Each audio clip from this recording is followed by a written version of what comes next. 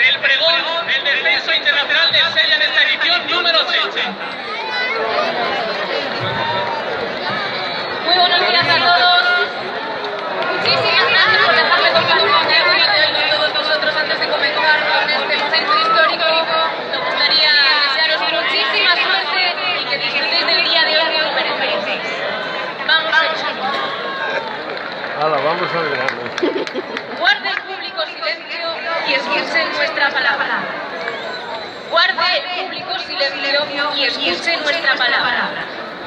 Por orden de don Pelayo, después de medir las aguas, presidiendo el dios Neptuno los actos de esta olimpiada, con las novias, los tritones, el cañón, los centauros y Piaya, nuevamente se autorizan a Riondas la carrera de piraguas.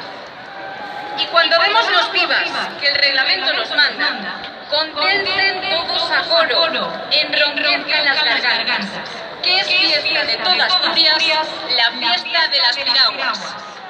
¡Viva Alemania, Argentina y Austria! ¡Viva Bélgica, Colombia y Dinamarca! ¡Viva Finlandia, Francia e Irlanda! ¡Viva Italia, Luxemburgo y Marruecos! ¡Vivan los Países Bajos y Portugal! ¡Viva Reino Unido y la República Checa! ¡Viva Serbia y Sudáfrica!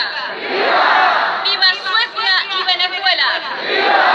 ¡Viva España! ¡Viva Asturias! ¡Viva Riondas! ¡Viva Riva de Sella! Ah, si alguno tiene cerca una chavalina guapa, que no la pierda de vista ni deje de vigilarla.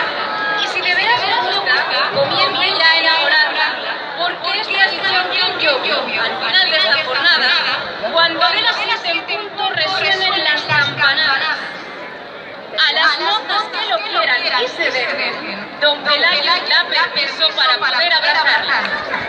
Y si luego, andando en el tiempo, vamos a nuestra casa, con los niños que tengamos, vendremos a las piraguas, con los collares de flores y las monteras terciadas, que no hay fiesta más alegre, ni más movida y galana, ni con más bello paisaje, ni esencia más asturiana.